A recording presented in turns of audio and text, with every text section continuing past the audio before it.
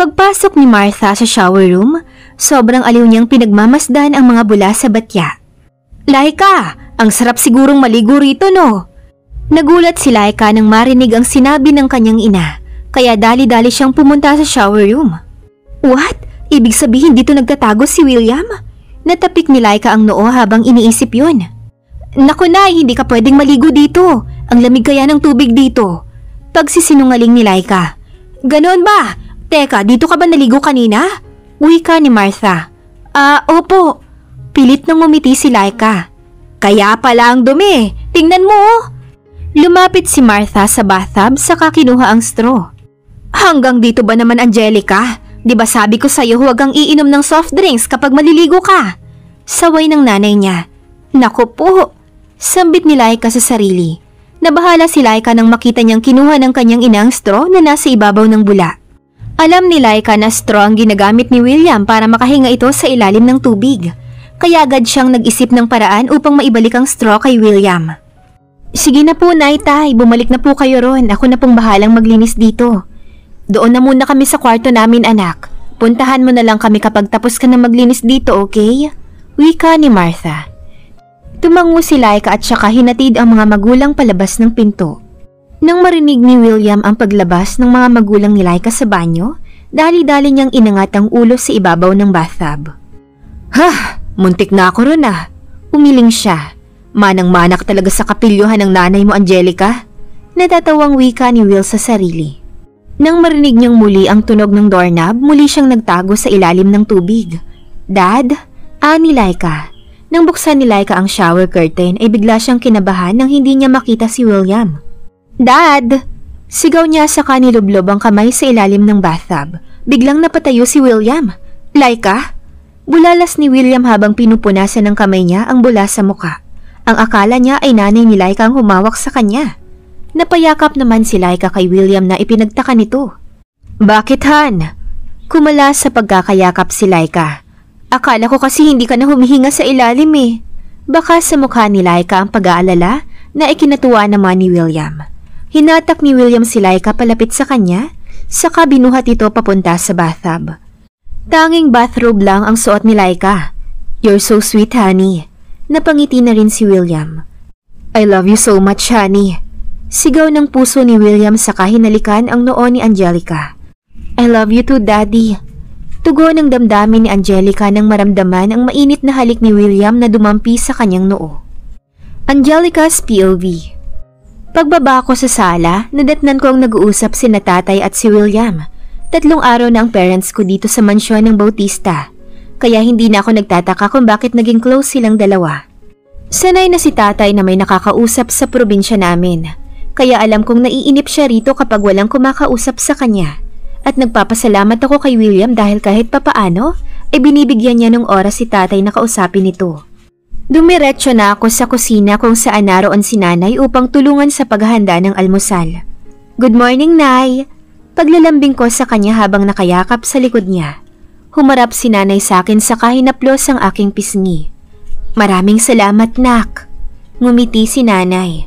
Salamat saan? Nanay naman eh. Ako nga ang dapat magpasalamat sa inyo ni tatay.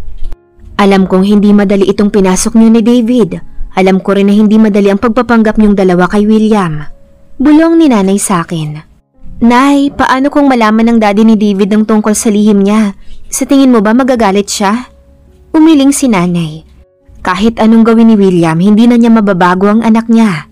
Ang inaalala ko lang ay ang pagpapanggap niyo ni David. Ramdam ko ang lungkot sa boses ni nanay. Sorry po, Nay. Nako, hindi mo kailangan mag-sorry, Laika. Masaya ako dahil natulungan mo si David. Ipinagmamalaki kita, anak. At tatandaan mo, anuman ang kahihinatnan ng lahat ng to, nandito lang kami ng tatay mo at handa kaming tumulong sa inyo, okay? Niyakap ko si nanay sa kalihim na pinunasan ng namumuo kong mga luha. Pagkatapos kong inihanda ang mesa ay nilapitan ko na sina tatay at William upang yayain na silang mag-almusal. Mas magaling pa nga sa akin niyang si Laika pagdating sa suntukan eh. Ilang beses na rin siyang nag-champion doon sa probinsya namin. Napailing na lang ako nang marinig ko ang boses ng tatay ko habang papalapit ako sa kanila. Tama na po yan, tay. Baka kung ano-ano nang kinukwento niyo riyan tungkol sa akin. Huwag kang mag-alala, anak. Hindi ko naman nasabi sa kanya na si David lang ang naging boyfriend mo simula noong bata ka pa eh. Hindi ba, Will? Natatawang wika ni tatay. Napaubo ako nang marinig yun. Palihim naman akong kinandata ni William nang tumingin ako sa kanya. Kaya agad kong ibinaling ang atensyon ko kay tatay. Sige na po, tay.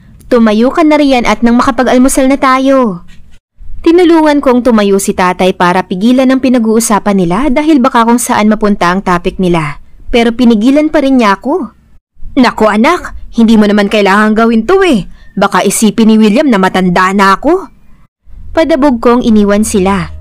Pasensya ka na sa anak ko ah. Mana kasi yan sa nanay niya, masungit. Tay! Nakasimangot akong lumingon sa kanila nang marinig ko ang sinabi ni tatay. Bakit? May sinabi ba ako, Will? Tanong ni tatay kay William. Ha? Meron ba? Wala naman akong narinig eh. Pagkunwari ni William saka ko siya napansing lihim ng umiti. Ninagpasan lang ako ni tatay saka sumipol papunta sa kusina habang si William naman ay dahan-dahan na lumapit sa akin. Tiningnan ko siya ng matalim pero nginitian niya lang ako. Ang sarap palang kausap ng tatay mo. Sa tingin ko marami akong matututunan sa kanya. Bulong niya sa akin. Let's go? Sabi niya saka tumingin sa kusina. Sumunod na ako sa likod niya. Pero bigla siyang lumingon sa akin at saka mabilis na hinalikan ng labi ko, saka tumakbo na siya patungo sa kusina. Lihim akong kinilig dahil sa ginawa ni William. Halos 2 linggo nang may nangyayari sa amin at sa tuwing nilalambing niya ako ay mas lalo ko siyang minamahal. At hindi lang yun, habang kinakausap niya ako ay parang naramdaman ko rin na naging totoo siya sa akin. Alam na kaya niya na wala kaming relasyon ni David? Wika ko sa sarili habang papalapit ako sa kusina. Dito ka na umupo sa tabi ko anak. Bumalik ang diwa ko nang marinig ko ang boses ni nanay. Umupo ako sa tabi ni nanay na nakaharap sa upuan ni William. Ang sarap niyo talagang magluto, Nay Martha. Masiglang wika ni William. Nanay at tatay ang tawag ni William sa aking mga magulang dahil iyon din ang gusto nila. Pansin ko ang pawis ni Will habang walang tigil na humihigop ng sinampalukang sinigang. Tanda na gusto niya talaga ang luto ng aking ina. Obvious naman na gusto mo ang luto ni nanay, dad. Pinagpapawisan ka na nga oh. Kunwari ay galit ako sa kanya na ikinagalit naman ni nanay. Lihim na kinurot ni nanay ang aking singit. Aray! Nay! Bigla kong sambit. Pasensya ka na rito sa anak namin, Will ha? Ganito lang talaga to pag nagsasalita. Laging mataas ang boses. Pansin ko ang pag-alala ni nanay at lihim naman akong natawa. Kailangan kong ipakita sa aking mga magulang na hindi kami close ni William. Dahil ayaw kong mag-alala sila sa aking ginagawa. Siya nga pala anak, uuwi na kami ng nanay mo sa susunod na araw. Wika ni tatay. Akala ko ba next week pa kayo uuwi, Tatay Jaime? Nagtatakang wika ni William. Gusto ko pa sanang manatili rito, Will eh. Kaya lang nangako ako sa mga kumpare ko na doon ako magbe-birthday sa probinsya. Ganun po ba? Kailan po ang birthday nyo? Sa susunod na araw din ang birthday niya. At alam mo ba, magka-birthday rin sila nitong si Angelica. Nakangiting wika ni nanay. Talaga? Nagpapasalamat nga ako at magka-birthday kami nitong anak ko eh. Kahit papaano ay may naman na rin siya sa akin bukod sa pagta-taekwondo. Biglang sabat ni tatay. Tumigil ka nga, Jaime? Saway ni nanay kay tatay. Ayos lang po, Nay Martha. Sanay na rin po ako sa mga joke ni Tatay Jaime. Lumulundag ang tuwa ng aking puso dahil sa sinabi ni William. Ganito na lang po, Tay. Total 2 weeks naman ang leave ko sa kumpanya. Sasabay ako sa probinsya ninyo. At doon natin isi-celebrate ang birthday niyong dalawa ni Laika.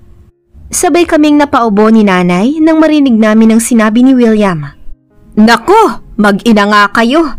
Wika ni tatay nang marinig ang pag-ubo namin ni nanay. Pero dad, di ba busy rin kayo sa kumpanya kahit naka-leave ka? Don't worry, Laika. Nandoon naman si Rona sa opisina. Hayaan mo na, anak. Mas mabuti nga yun para naman makalanghap ng sariwang hangin itong si William. Masiglang wika ni tatay. Pansin ko ang pagkabalisa ni nanay dahil sa kadaldala ni tatay. Gaya ko, alam kong nag-aalala na rin si nanay. Dahil baka mauwi ang pag-uusap nila tungkol sa lihim ni David. Pagkatapos naming mag-almusal ay umakyat na si William sa kwarto niya. At naiwan kami ni nanay sa kusina para maghugas ng mga pinagkainan. Si tatay naman ay pumunta sa bakuran para diligan ng mga halaman. Mukhang mapapahamak tayo nito dahil sa kadaldala ng tatay mo, anak ah. Umiiling pa si nanay dahil sa pag-aalala. Anong gagawin natin ngayon, Nay? Sigurado akong magtataka ang daddy ni David kapag nalaman niyang wala si David sa probinsya natin. Habang nag-uusap kami ni Nanay ay biglang tumunog ang aking cellphone. Agad kong sinagot ang tawag nang makita ko ang pangalan ni David ang nakarehistro. Bakla, nasaan ka ba? Gaga ka talaga, Angelica. Siguraduhin mo lang na wala si Dad dyan sa bahay, ah. Pag nagkataon, malalagot ka talaga sa akin. Kailan ka ba uuwi? Don't worry, sweetie pie. Bukas na bukas ay uuwi na ako. Sweetie pie mo yung mukha mo. I miss you, Laika. At pakisabi kina nanay at tatay na miss ko na rin sila. Sobrang saya namin ni nanay dahil sa sinabi ni David. Sa halip na umuwi sa mansyon ay sinabihan namin si David na dumiretso na lang siya sa probinsya. Makailang beses na ring pabalik-balik si David sa probinsya namin, kaya alam na niyang pasikot-sikot ng daan papunta sa bahay namin. Maya-maya ay pumasok na si tatay sa sala at agad naman namin siyang nilapitan ni nanay.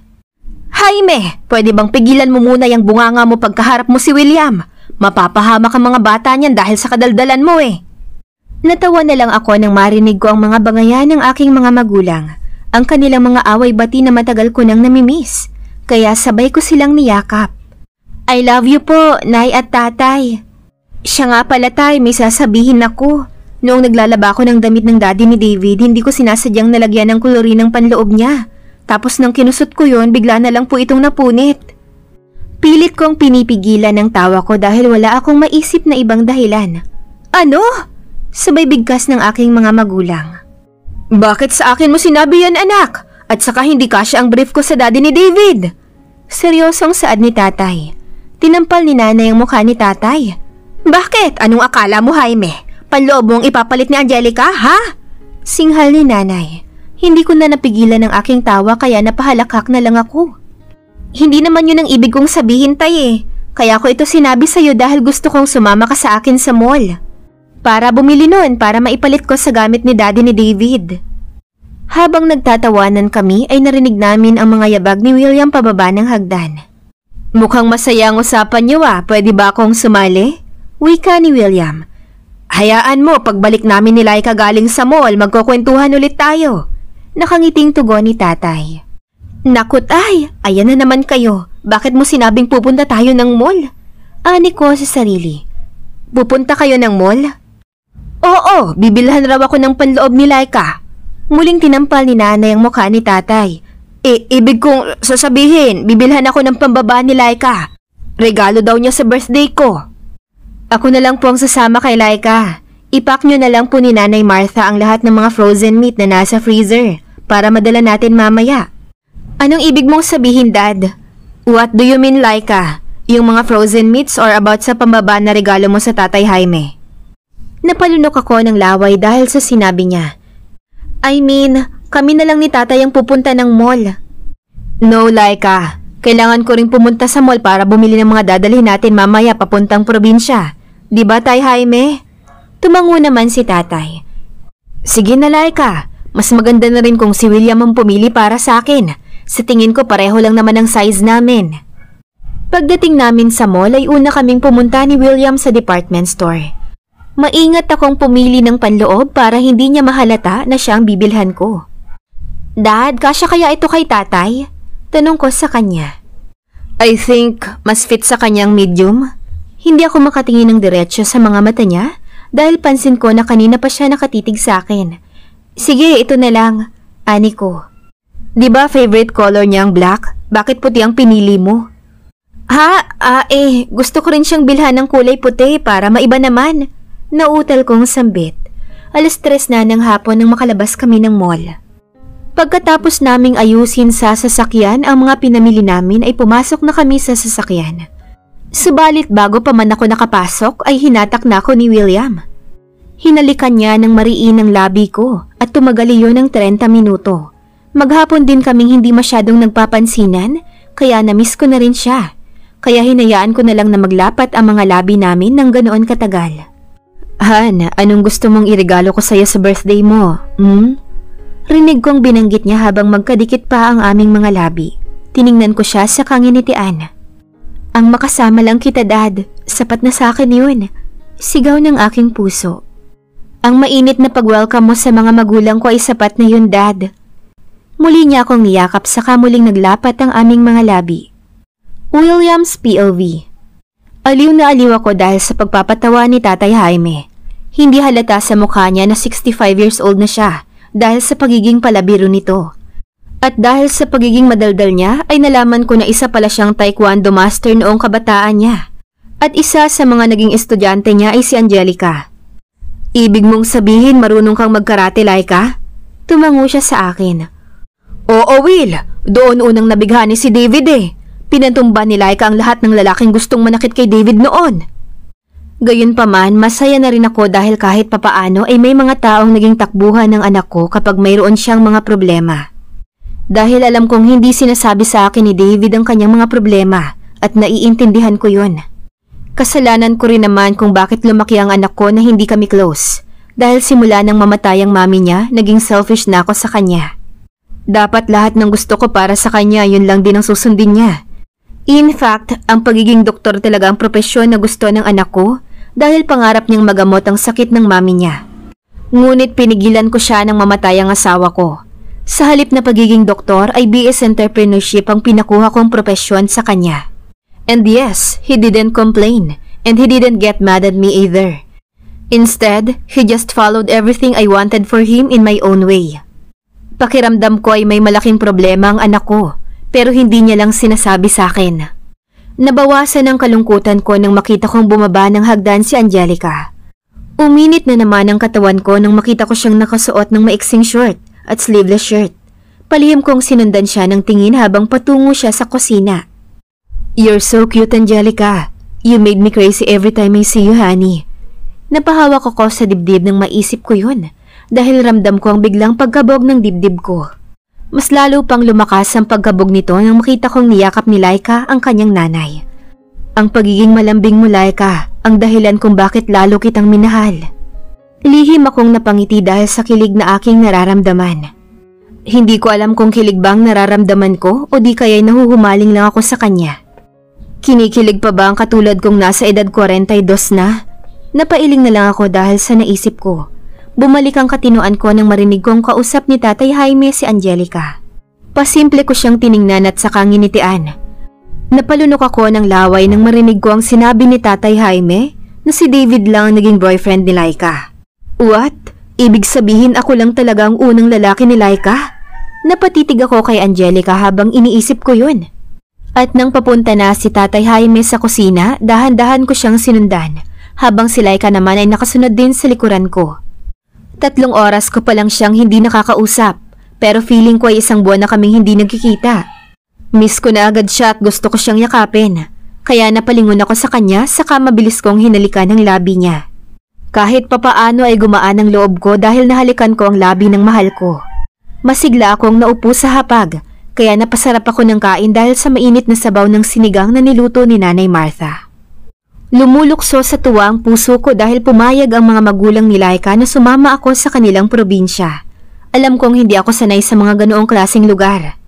Pero may ibang parte ng katawan ko na gustong pumunta sa probinsya lalo na't kasama ko si Laika. Pagkatapos naming kumain ay dumiretso na ako sa kwarto ko. Dahil sa tuwa at sobrang excited, palihim akong nag-impake ng mga gamit ko para dadalhin sa probinsya. Just a big wow, is it really me? Napangiti akong mag-isa habang ini-imagine ko ang sarili ko sa probinsya at kasama ang babaeng nagpatibok ulit ng puso ko. Isinubsob ko ang mukha ko sa kama habang nakayakap sa unan. Gusto kong sumigaw dahil sa sobrang sayang nararamdaman ng puso ko. Napatigil ako sa ginagawa ko nang marinig ko ang malalakas na tawanan nila, kaya agad na akong bumaba sa sala. Lihim akong natawa nang sinabi ni Tatay Jaime na gustong bumili ni Laika ng panloob. Kahit hindi man niya sabihin, alam kong para sa akin ang bibilhin niya. Naku, Angelica, ang sarap mong halikan kung wala lang talaga dito ang mga magulang mo. Ani ko sa sarili habang nakatitig kay Laika. Ramdam kong nababalisa siya sa tuwing tinititigan ko ang mga mata niya. Siya nga pala, Will. Kailangan ba talaga nating dalhin ang mga karne na nasa freezer? Tanong ni Tatay Jaime sa akin. Tumango ako. Yes, Tay. Masarap gawing barbecue yun.